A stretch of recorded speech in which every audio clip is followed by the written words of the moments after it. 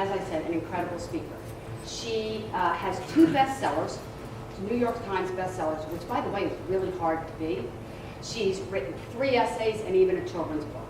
She's been in the New York Times Magazine. She's been in Vogue, Oprah Magazine, all the big ones. She's an incredible writer. In fact, I gotta look at this quote, Amy, because I didn't memorize it. Let me just see what the quote. She said, basically, the New Yorker wrote, Amy Bloom gets more meaning into individual sentences than most authors manage in a whole book. That is quite a review. So over the weekend, I sent Amy an email. And I said, Amy, privacy is kind of important. Is it okay if I mention that you're a client?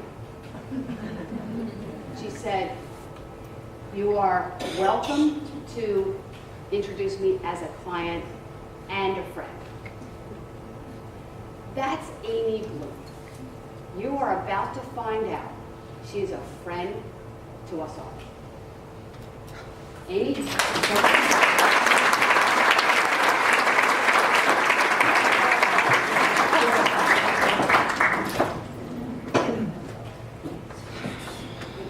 Okay, that's a little hard to live up to. I think it's probably true that in the history of likely friendships, me and Patty Brennan would not be at the top of anybody's list. But the fact is, we care so much about the same things. We care about family. We care a great deal, I think, about understanding. We are enormously interested in what people do and how they feel and what they say. And I am personally extremely interested in the gap between what people say and how they actually feel, because that's where fiction comes alive.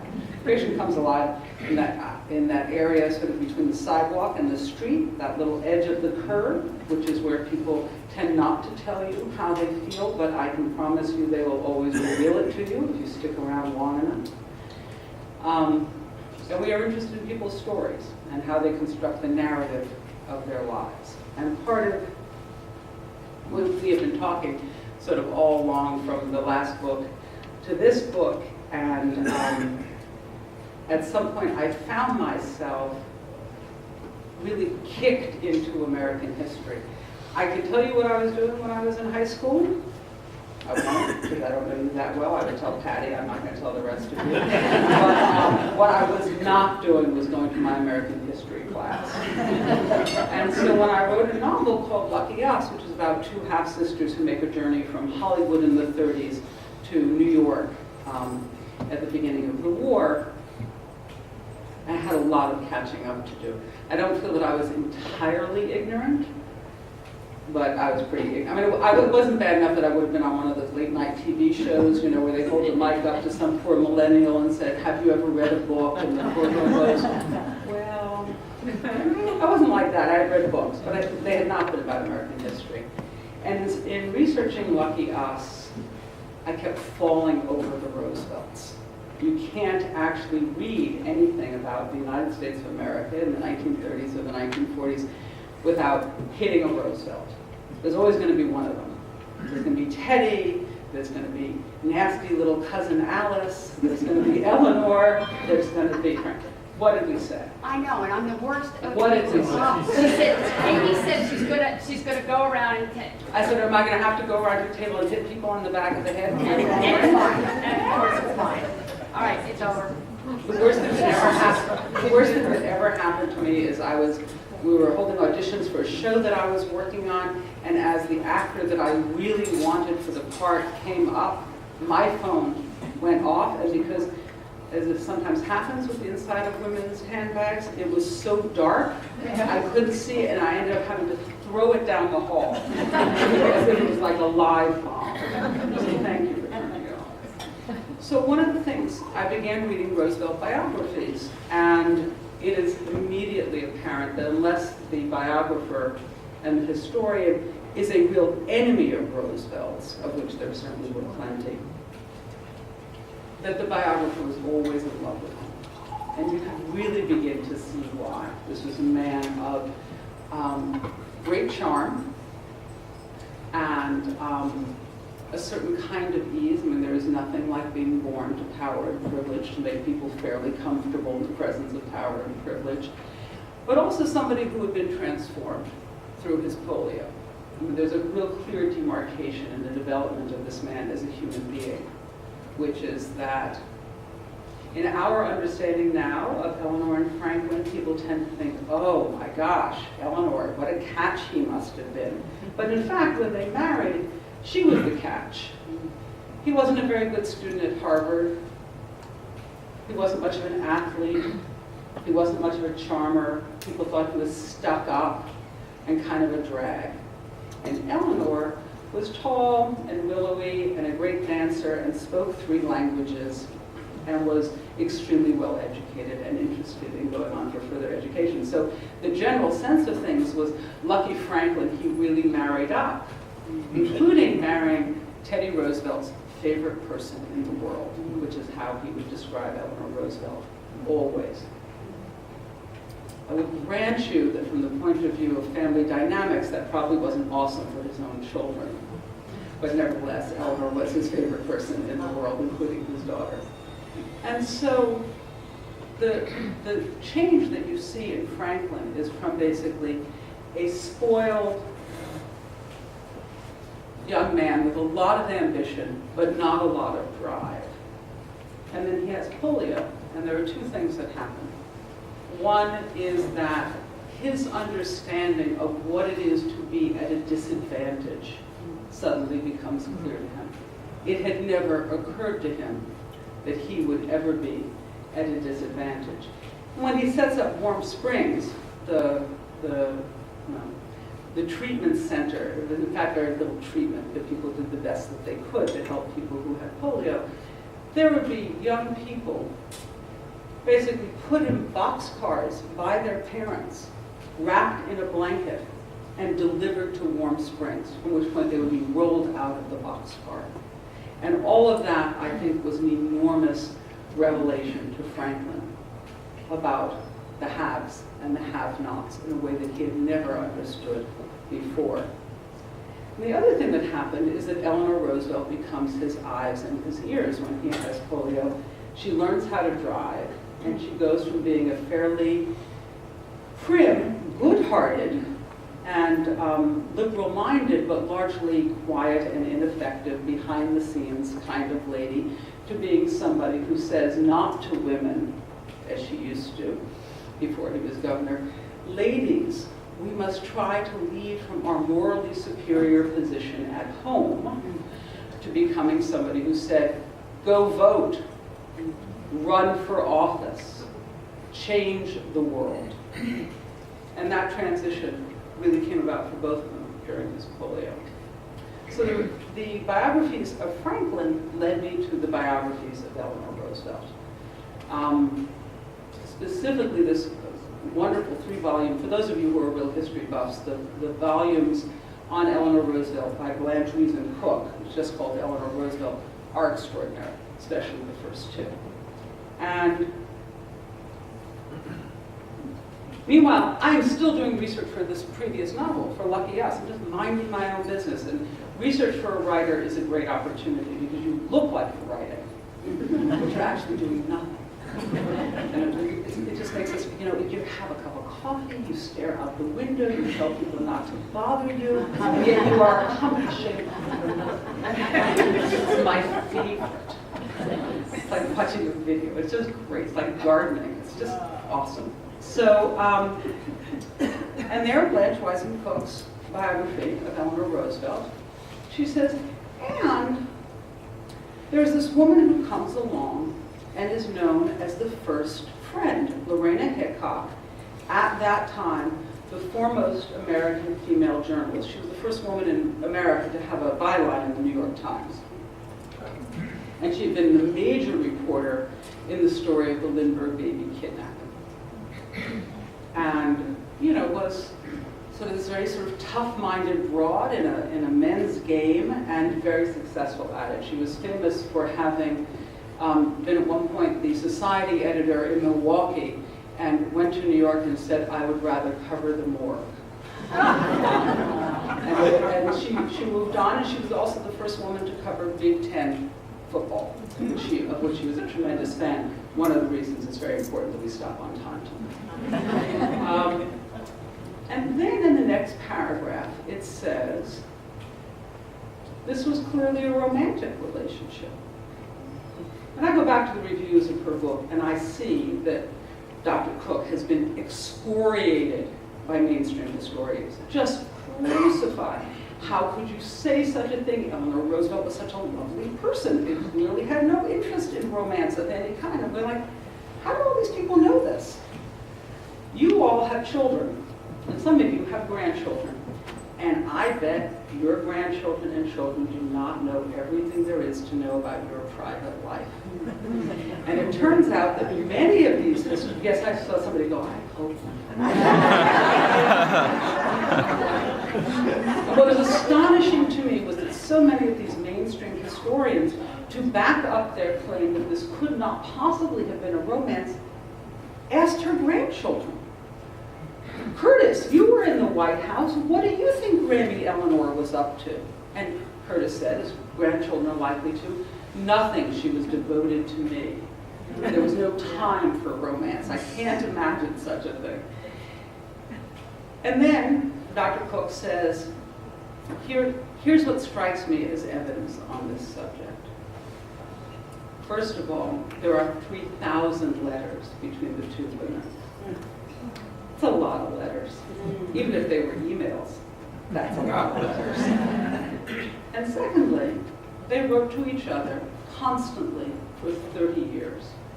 From the time that they meet and become friends, when Lorena Hickok is covering Eleanor Roosevelt when Franklin is running for president, to Eleanor's death. And the second thing she says is, let me quote from the letter. And the first letter is a letter from Eleanor to Lorena. She's in the White House. And she says, darling, I felt terrible tonight when you called because I could not say goodnight to you the way I like to. I could not say je t'aime et je t'adore as I wanted to because Jimmy, one of the useless Roosevelt sons, was standing, was standing right next to me when you phoned. And I thought, I don't feel that way when one of my friends calls me, that I can't possibly say what I wish to say.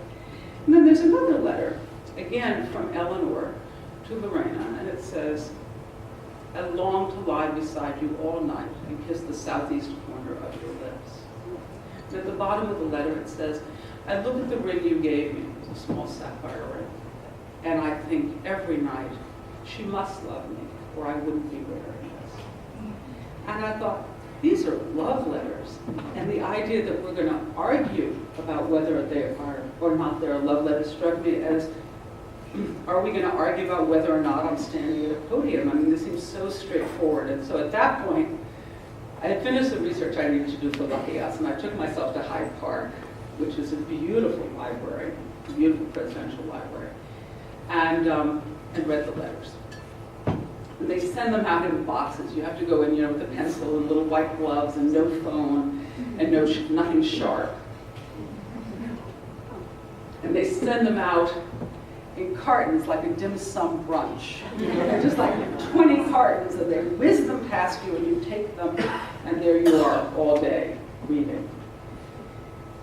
And they were wonderful letters of a deep relationship that began as a romance and deepened into friendship between two women who had some things in common, mostly their values, definitely not their backgrounds. Lorena Hickok was born worse than dirt poor in South Dakota and went to work full-time when she was 13 years old after her mother died and after being abused by her father, and really made herself. Went to school on her own, dropped out of college, felt that it was too hard for her to be among all these lucky girls who had nice sweaters and nice clothes and, didn't have to steal their books from the library, and went to work as a reporter. And one of the things that really, for me, sort of sealed the deal in looking for sort of both evidence and a story, was a letter from Eleanor again to Lorena much later in their life. And the romance has ended, but the friendship has continued. And Lorena has a new girlfriend who is in fact a federal judge. And one of the things that I have to say was also very funny about reading the mainstream history books about Eleanor Roosevelt is they kept saying, well, Eleanor Roosevelt was a Victorian lady. She would never even know what a lesbian was. To which Eleanor Roosevelt herself said at one point, "My dear, I went to an English boarding school." You know, what are you thinking? All of her friends were gay, and they were all very high up in the Democratic Party. They were all speechwriters, they were all academics and professors and union organizers. So this was not a new experience for her. So she's writing to Lorena, and it's exactly the letter that you write to somebody with whom you have been in love, who has now moved on. And you both know it's for the best, and there's no hard feelings, and you're working very hard on being friends, but it still hurts. And she basically says, "It was lovely to meet Marion. She seems very nice." And you can practically see in the parentheses the word ish. And, also smart, I guess. And you seem happy enough. And I thought, this is the letter you write when somebody has moved on, and it still breaks your heart.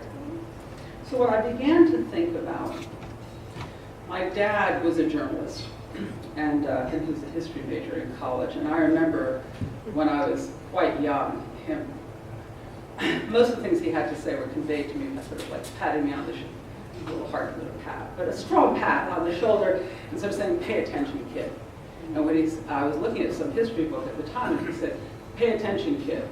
You realize history books are written by the winners." He said, "They are written by the people who have access to the words," which was very useful for me in looking at the history of the 1930s and the 1940s in America and the history of the Roosevelts, because so much of the history was shaped to tell a certain kind of narrative about this amazing couple, this extraordinary couple, who regarded themselves so deeply as stewards of the White House and stewards of the United States. I mean, the descriptions of the White House when they move in are so moving because it is so not Versailles.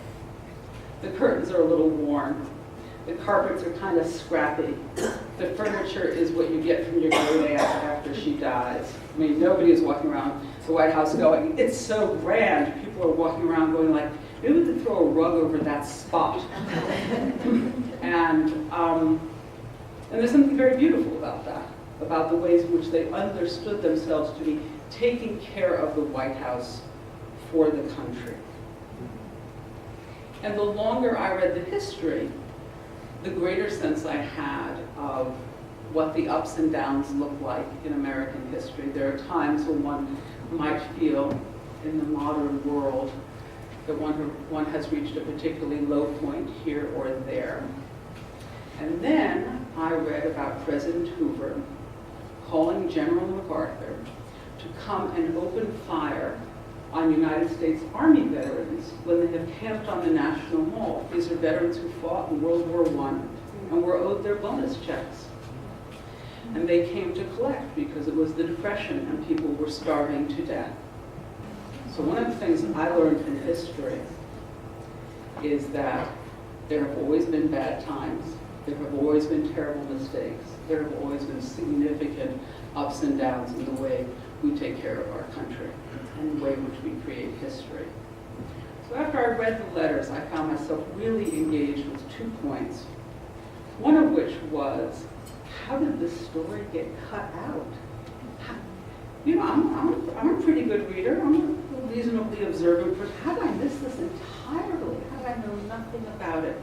And then I discovered that, in fact, the press office in the White House, starting in 1932, because they didn't have Photoshop, would have to snip out with nail scissors Lorena Hickok's picture, because there was no explaining her presence.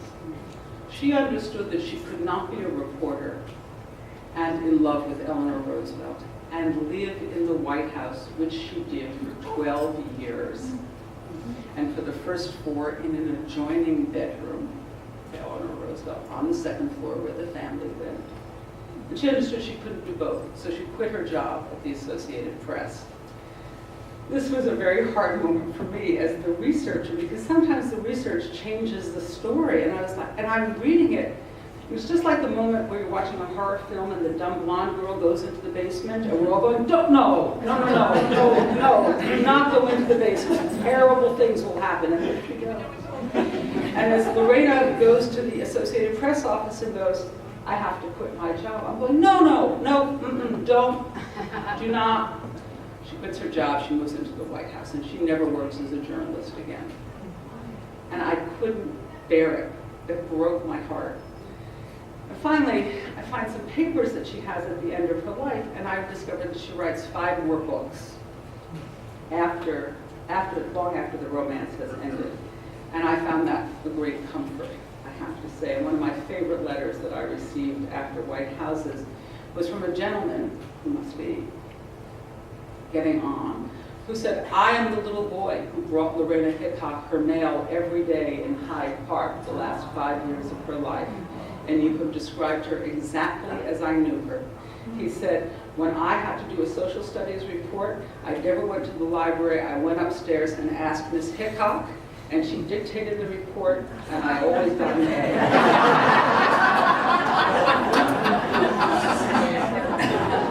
So it began to make me think that maybe, since I'm only interested, really, like Patty, I'm interested in people. You know, take me to a museum, I will spend 5 minutes at the landscapes, I'll spend the rest of the time in front of the portraits. And this relationship in which one of the partners had been literally cut out of history, and the relationship persists nevertheless, really moved and engaged me. And also because I am not a kid myself, I'm interested in the long run. I'm interested in how people manage to love each other through all those ups and downs. I'm interested, a friend of mine who's a couples therapist once said to me, in any marriage, there are 100 divorces. It's just that usually we don't act on them. He said, all that matters is that there are 101 marriages. And I thought that was very true for Eleanor and Lorena, who had tremendous ups and downs, also, as you can imagine, being madly in love with the wife of a man whom you admire to the tips of your toes. Franklin Roosevelt was her great hero. She thought, at last, this is a man who actually cares about the whole country. And as Roosevelt was famous for saying, you judge a country not by the way in which it adds abundance to those who have so much, but the way in which it provides for those who have so little. And that was, he was her man. So the other thing, besides sort of the history of this love story and how it is eliminated from history, was my wanting to really get a look at American history that was both really intimate and really big. So you could see all the things that were happening around the White House, as well as the sort of the backstage life in the White House. The White House, when the Roosevelts were in it, was like a boarding house. There were tons of people who were not Roosevelts who lived in it. Also, they had 5 children who had between them, no judgment, 19 marriages. So they were always in and out of the White House. People were always coming and going. And then there was Louis Howe, the campaign manager, who moved into the White House as he was dying and lived there in an oxygen tent for 5 years. And there was Missy Lehand, who was Franklin Roosevelt's secretary and mistress, who lived there on the 3rd floor until she fell ill and they shipped her off. And various other minor and major Roosevelts. And so I just kept thinking, I wanted to do both, like the close-up and the personal and the bigger story as well. And I felt that, these people had been put in my path for me to write about love for a long time, love that doesn't always work out, but that is not wasted. It seems to me it is never a mistake to love somebody, even if it doesn't work out. And that's what I wanted to write about. I'm going to read a little bit from the book, and then I am happy to take questions about anything I know about. The book is written in Lorena Hickok's voice, in part because I did not I did not want to try to impersonate Eleanor Roosevelt's voice. I felt like that is a voice you can really hear pretty easily, even in the modern world, on tape and so on, and it's so distinctive. And Lorena was, for me, the perfect narrator because she was a journalist and an outsider and not born to power and privilege, and she seemed in her letters to have a real sense of humor. The center of the novel is 2 weeks after Franklin Roosevelt has died. One of the amazing things about Eleanor Roosevelt, in addition to her more significant accomplishments, she lives in the White House for 12 years. She packs up and moves out in 2 weeks. Done, dusted, hands the key to Bess Truman, says lots of luck, and moves back to her apartment in New York. And one of the things that I noted in one of the letters, which is not much mentioned in history books, is that she calls Lorena Hickok, who has not been her partner or her lover for now probably 8 years. So this is Lorena in Eleanor Roosevelt's apartment, April 27, 1945. There's no love like old love. I've done the flowers as best I could. I got stock and snapdragons, pink roses, and daffodils from the Italian florist, and I put a vase full in every room. I straightened up the 4 rooms, which were already neat, and the radio still works. I've gone to the corner grocery twice: eggs, milk, bread, horseradish, cheese, sardines, and I had to go back again because there was no can opener, and up the street one more time for booze. I hope that at 5 o'clock we'll be drinking sidecars. I bought lemons. I want to have everything we need close by, and I am hoping we don't see so much as the lobby all weekend. I changed my clothes in the living room. I don't think I should be in the bedroom at all unless I get invited. I anticipate sleeping on the couch. And on the radio in the kitchen, the newsman raises his voice like a coach on the field, and he says that the 18 major cities of Germany are ablaze. He says the Potsdam division of the German army is systematically murdering the Americans wounded on the battlefield. He says with a lilt. The 2,000 American planes are attacking rail positions near Berlin and other communication centers in southern Germany. He says, "Good night, ladies and gentlemen. Victory is in sight." I hope so. I'm glad, and I'm tired. I'll celebrate the war's end out on Long Island with a couple of other old broads and our dogs, and we will all toast Franklin Roosevelt, who didn't live to see it. And my neighbor Gloria and I will sing Straighten Up and Fly Right, and every single one of us will cry.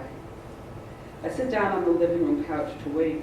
I used to be able to read Eleanor's heart when I saw her face, and I worry that I can't anymore. I expect to see her gray with that Roosevelt suffering, the kind that must not only be borne, but must be seen to be borne elegantly, showing her great effort to be patient with everyone's sadness and pulling need, and beneath that, a hook of barbed and furious grief that she'll tear out if she could. I want her to be glad to see me. I hope that in the mix of her feelings for Franklin and sorrow at his death and grief for her children and for the country, she will be glad to see me. I want her to feel that she's home, like it used to be. She sent me away 8 years ago and I left, and 2 days ago she called me to come and I came. The buzzer rings, which means her hands are full and she can't get to her key. I open the door and Eleanor is leaning against the wall, paper white. Her beautiful blue eyes are red-rimmed all the way around, and she looks as if she has never smiled in her life.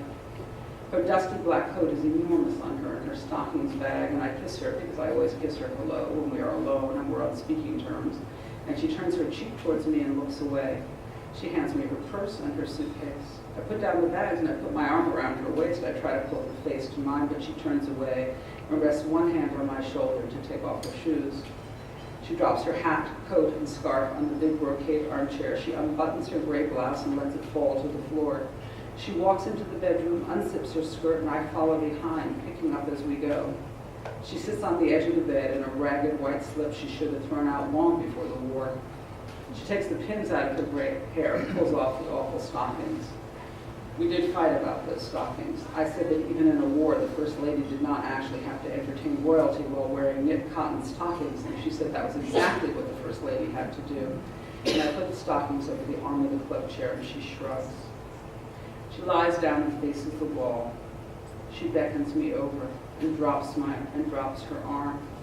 I pile her clothes on the wood chair. I put her black shoes in front of the fireplace. I hang her black coat in the closet next to my navy blue one, and my red scarf falls over them both. I am sorry I've come. Oh, Hick, she says, if you don't hold me, I will die. And I climb in behind her, and she undresses me with one long right hand, still not looking at me. And I watch over her shoulder and see the people turn on their lights in the city. We think we'll remember it all, and we remember hardly anything. Even when the car is only doing 40, it's still going too fast.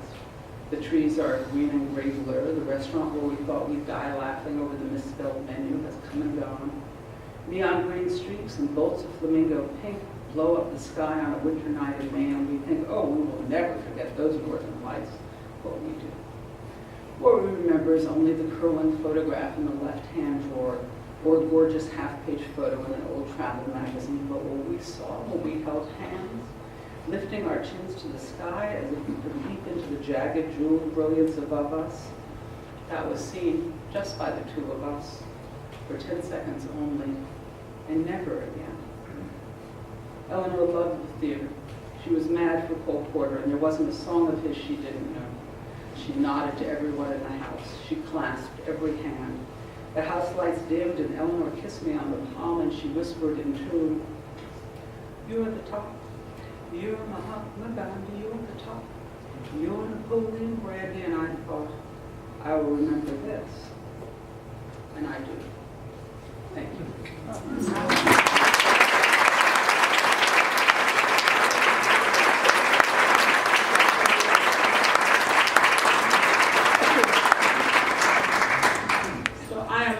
Yours for a little while. Yes, sir. I want to compliment your ability to articulate. It's exceptional. Thank you. My next question is, you've done an awful lot of work. You've done a beautiful job, so it sounds. I can't wait to read your book. What were 2 or 3 things that really motivated you about this particular subject? To write about it and do all that hard work. Thank you. Can folks in the back hear? Okay. I suspected. For years when I was giving a reading, my dad would come and listen, and he felt that his job was to sit in the back and simply yell at the end of any of the remarks I made, "Honey, you're mumbling." So if anybody wants to play the part of Murray Bloom, so what the gentleman said to me was, were there 2 or 3 things that particularly motivated me towards this book, given all the research that was required? And I think there really were 2 things. One, the romantic triangle is always interesting to me. And this was a very unusual romantic triangle because it was clear to me from the letters, and not just the letters between the 2 women, but also letters from Franklin, that Franklin knew what the relationship was, that he was certainly prepared to live with it. You know, somebody said to me, "Do you think he knew that she lived in the White House?" I was like, yes. I think even if I lived in a very large house, and there was some lady sleeping next to my husband, and she showed up for breakfast every day, I think I would notice. You know? So that idea of these people who all cared for each other in different ways, and the shifting alliances, because there were real moments of alliance between Lorena and FDR, in which Eleanor is pushed out a little bit, because Lorena was a deeply practical person. And part of Eleanor's role in Franklin's life was to always push him from the left, to make him be more progressive. So even when he was dealing with the Southern Democrats, who objected strongly to the idea of having anti-lynching laws, he would say, well, you know, that's my missus. You know, she really cares about these things. What can I do? And it was interesting. He also was famous for saying, I make a point of never letting my right hand know what my left hand is doing. So I was fascinated by him and by them and by the triangle. And I was also really interested in the histories that are not told, the stories that don't get heard. You know, it takes a long time for the voices of those who don't have access to power and privilege and language and publishers to get told. And I'm always interested in those stories, the ones that are a little less well known. So I think it was those 2 things that really drove me. Thank you very much. Yes, sir. Hi, Amy. I'm sure we all have images or imaginings of how great literature is created. You know, some might think it flows from a quill pen like black ink, and others think you grind it out 10 words at a time. Tell us about your process. Well, I don't have a quill, and I am a grinder, I'm afraid. You know, I read about these people, and they just say, oh, I love being a writer, yay, and you feel like there's like daisies festooning their computers. I'm very slow. I'm just a pokey writer.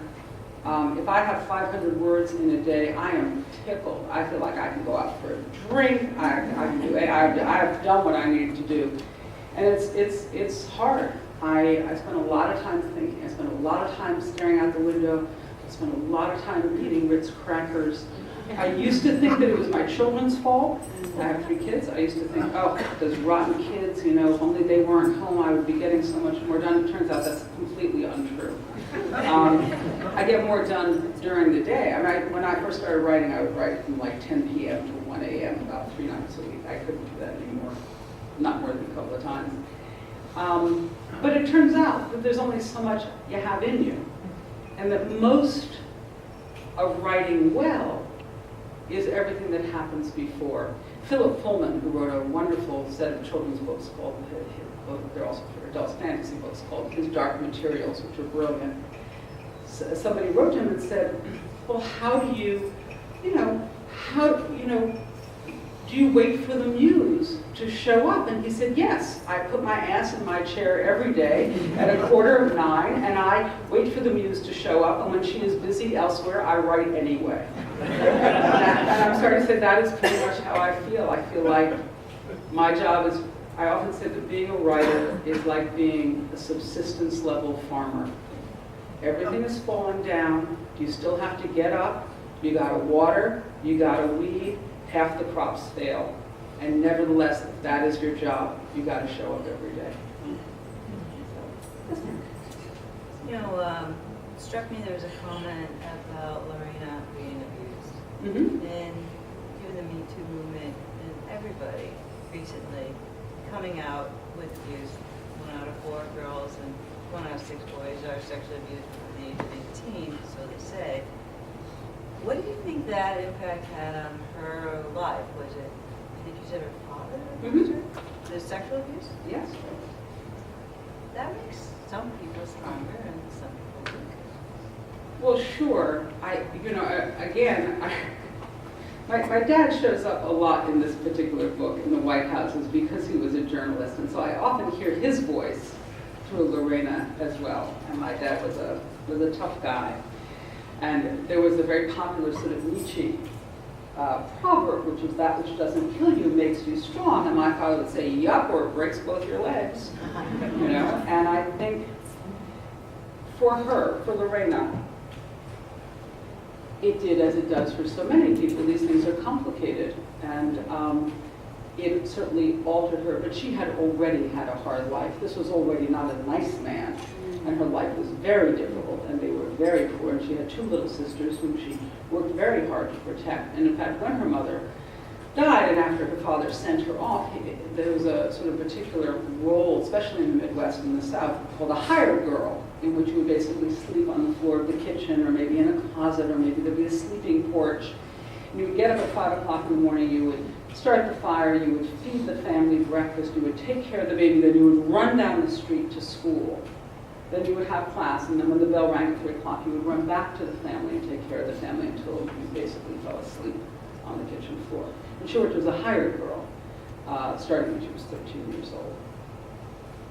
I think what she was left with was a sense that life was hard and not fair, and also a very strong sense that it was what you made it, which is one of the things that I really focused on in developing her character. She was not averse to complaining, I have to say, but she also felt that in the end, this was clay that you were given to shape as you came into being an adult. Yes, sir. Question for you. Who was your favorite writer and who gave you the most inspiration to do what you do? I am really a book clerk at heart, so I could give you a rolling list of favorite writers. When I was Your most inspirational. inspiration is hard for me to say because I didn't think of myself as a writer when I was growing up. I had no plans to be a writer. I had actually hoped when I was about 9 or 10 years old that I would be a professional reader. And it was very upsetting to me to find out that wasn't a job. I was going to read and people were going to pay me. And I went to my parents and they were like, that's not a thing. And so I was working my way through. So in some sense, inspired was lots of my early reading. I mean, I was a big fan of Louisa May Alcott, like lots of people are, so lots of Little Women, lots of Dickens. I secretly identified tremendously with Sidney Carton, the hero of Tale of Two Cities, and I just want to say that, you know, my parents and grandparents did not come from Russia to America so that I would identify with French aristocrats, but nevertheless, that was the effect that Dickens had on me. And all the way through. I think the first time I read The Great Gatsby, it had tremendous impact on me. Partially, you will notice my books are never long. And part of, two of my favorite books are Faulkner's As I Lay Dying and The Great Gatsby. And part of what I always wanted to do, I began as a short story writer, so I was also a great fan of William Trevor and Alice Munro and John Updike and some of the John Edward Wyman short stories. And what I always felt like was what I wanted to do was not lose the urgency and the spareness of a short story, but also be able to add the breadth of a novel. You know, and that has always been my goal. And I'm also tremendously influenced by poets. Just because I think in terms of sheer imagery, nobody gives you more bang for the buck than a great poet. So I'm a big fan of, you can stick around afterwards. I really am, I'm like a book clerk. I'll just give you the whole rolling list. In the back, yes ma'am. Katie, from a historic perspective, people must have known that this relationship existed, the Presidents and the White House. And the letters were written, so people had access to those letters, did they not? So was this relationship or a lesbian relationship or a homosexual relationship, was that something that was just ignored, or was it talked about, or was it because they were the first family? I mean, what was it in the rest of the population? Well, I think that there were several things going on. Could you repeat the question? More or less. What she said was basically, how was it that this relationship was so ignored? And since the letters existed, how did that silence continue? So part of the answer to that is that Lorena donated her letters to the Roosevelt Library after being really pressed by the head of the Roosevelt Library for a long time. And it was always Lorena who cared about the discretion. Eleanor Roosevelt's position was, people hate me anyway. This is a woman who had to see her husband hanged in effigy at country clubs across America when he was first elected president of the United States. So she didn't worry that much. Lorena, who knew better and had less power and less privilege, was like, you cannot put your arm around my waist. No. And Eleanor would go like, I'm a very affectionate person. And Lorena would say, and it looks different when it's me. And so don't do that. And they had a lot of quarrels about that.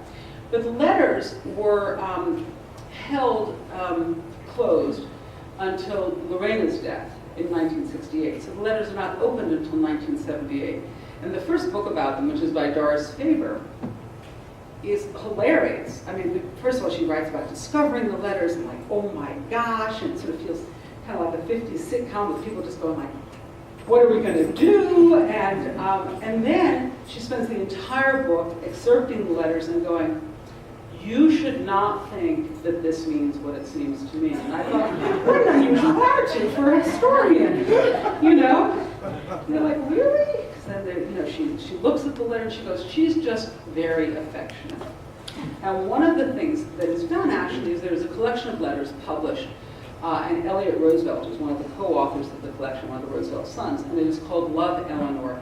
And the specific purpose of the book was to compile letters from Eleanor Roosevelt to her friends and to show how affectionate and effusive she was to everybody, so that when they read the Lorena Hickok letters, people would not say these seem different. But honestly, unless you are deaf, dumb, and blind, they seem quite different, because in none of those other letters does she mention lying down beside somebody for the night and kissing them. But the other thing that really protected them in a funny way was homophobia.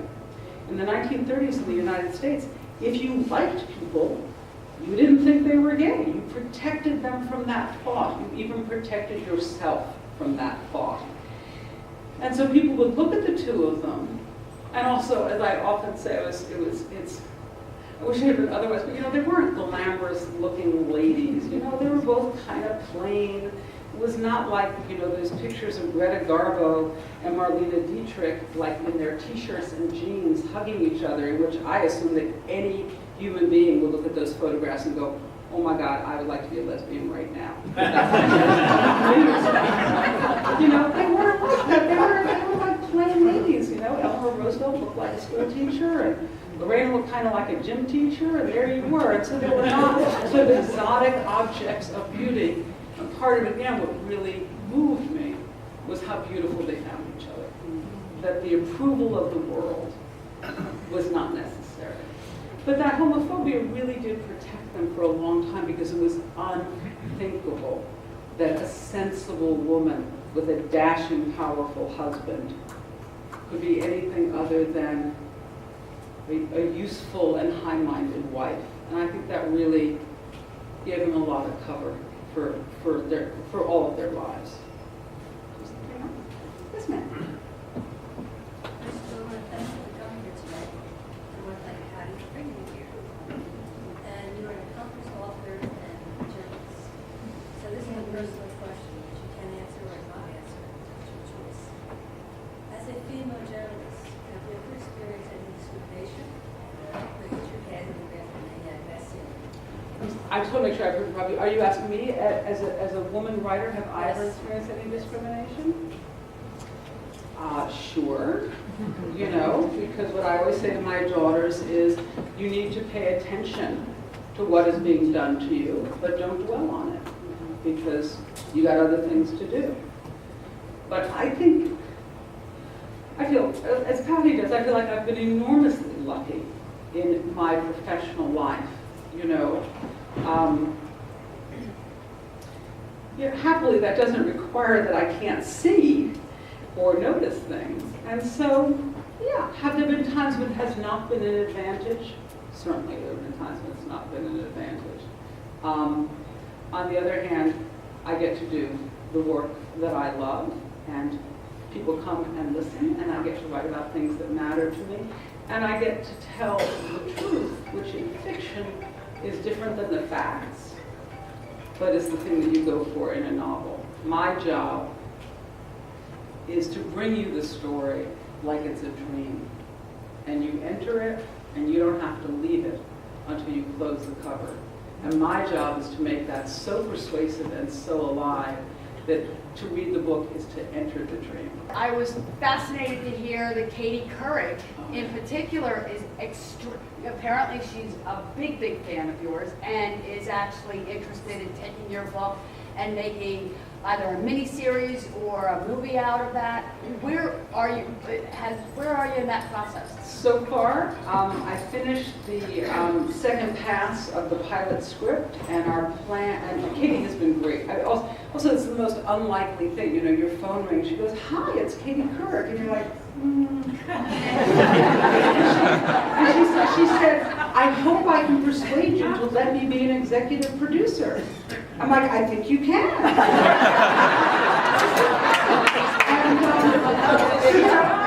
And she was absolutely lovely. She said, look, I don't have any particular skills in being an executive producer, but I've got a big mouth and a lot of friends. And I love this book.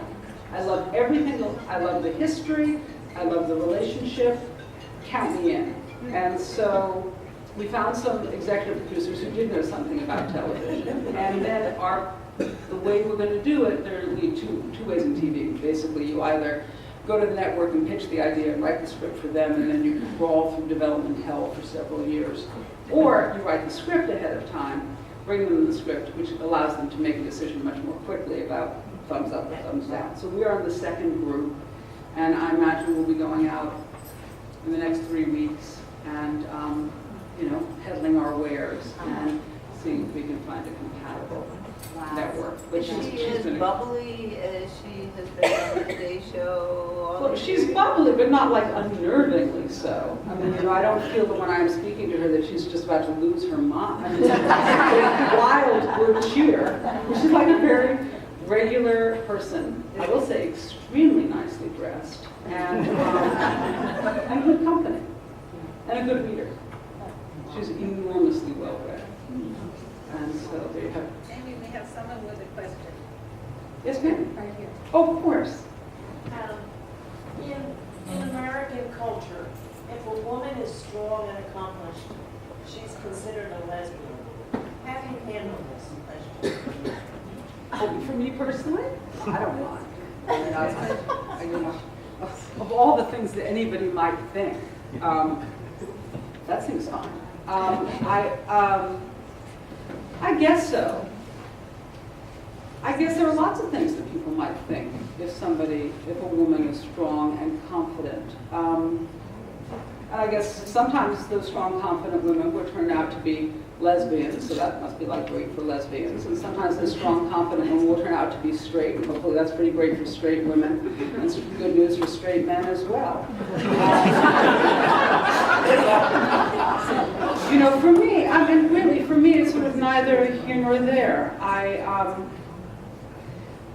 In my life, I have my late father and my late mother on my shoulders all the time. And they are, honestly, God, my mother is here going, honey, people don't have to know everything you think. Which is what she was saying to me from the time I was 6 years old. They don't have to know. And she would just look at my face and go, they can already see what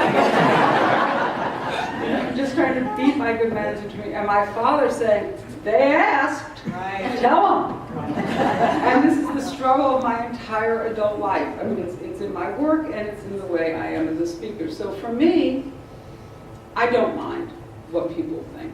I feel like I've worked fairly hard in my life not to mind. My goal in life is to be kind and write like hell.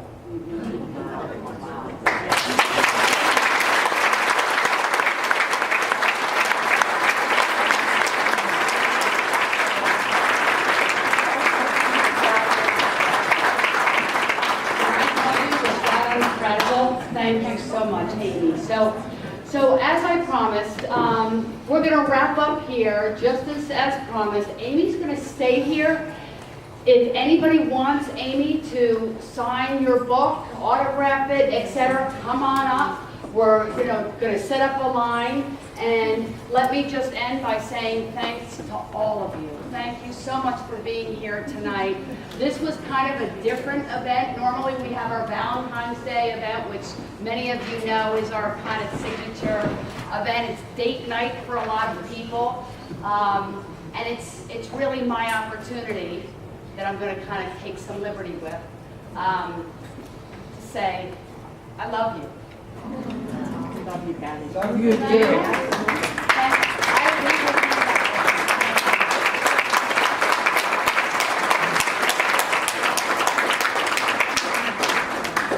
We'd be nothing without all of you. So thank you from the bottom of my heart. Thanks to Amy. Thank you for taking the time to came all the way from Connecticut to join us tonight. Thank you to her family. And thanks to all of you for being with us tonight. So come on up.